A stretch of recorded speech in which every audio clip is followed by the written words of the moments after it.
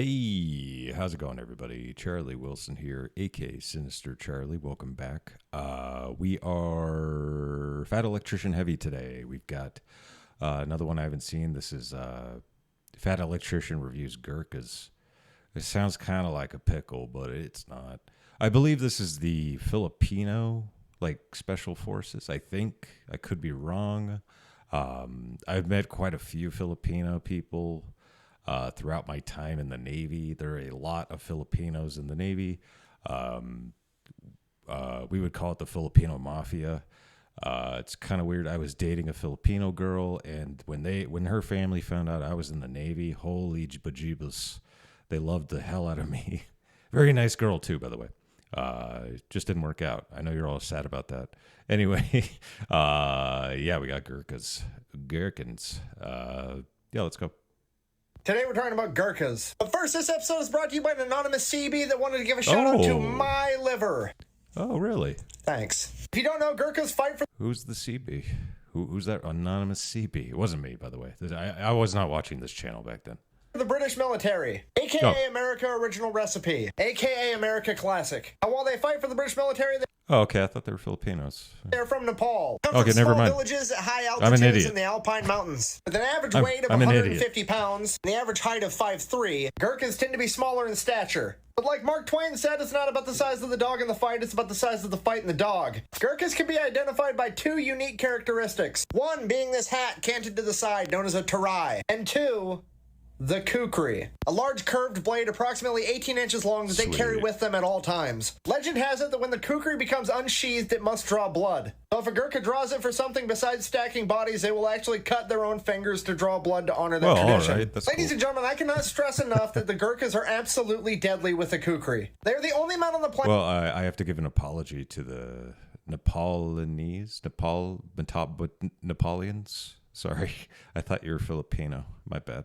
That can bring a knife to a gunfight and win. That's not me being clever, it's actually happened. In World War II, the Gurkhas were going up against the Germans and the Gurkhas ran out of ammo. At which point they drew their kukris, yelled Io Grekale, and bum-rushed a fortified machine gun position and proceeded to unalive everybody in it. If you don't know, Io Grekale is what the Gurkhas yell when they're about to do some gangster shit. It translates as, the Gurkhas are upon you. If you are a bad guy and you hear Io Grekale, the best possible thing that's going to happen to you next is they name a salad. I probably shouldn't do that on YouTube, but I guess that's what I would do if they were coming at me. It's a reenactment. It's not a cry for help. Just relax. After you. You're not picking up what I'm putting down. I'm trying to tell you you're about to get shanked. I don't know how many times, but it's going to be a lifetime supply. The official motto of the Gurkhas is, it is better to die than to be a coward. And they mean it. That is why whenever the Gurkhas make the headlines, it is for the most ridiculous shit ever. For example, how about that time in World War II when 3 Gurkhas went toe-to-toe with 200 Japanese soldiers, held the line for 4 hours, and forced the Japanese to retreat? How about that time in 2010 when an unknown amount of Taliban... To get the Japanese to retreat back then, that's pretty crazy, man. Damn. Insurgents ambushed a single Gurkha. He fought all night long, sustaining 0 injuries, and when the sun came up, there was 30 dead bodies in the front yard. 30!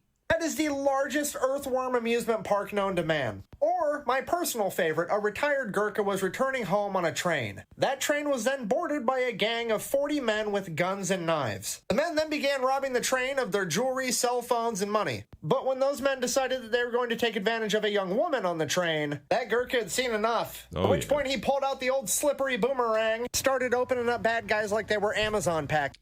If you were in New York, you'd be arrested.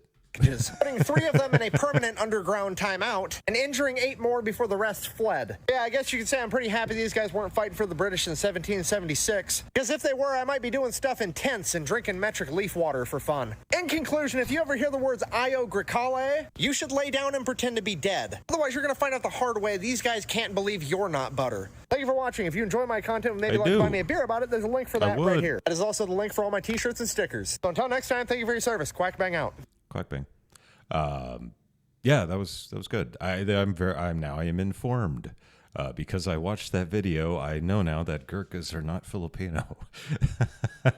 Thank you for that. Education. All right, cool. Good stuff. Yeah, thank you for watching. I really appreciate it. Please like and subscribe down below. Makes me feel real good inside and helps out the channel. Yeah, so I guess that's it. Yeah, no anime stuff today, I guess. I know you're all upset about my weeby nonsense. So, yeah, there you go. I really appreciate all the support. Thank you. I love you. And bye.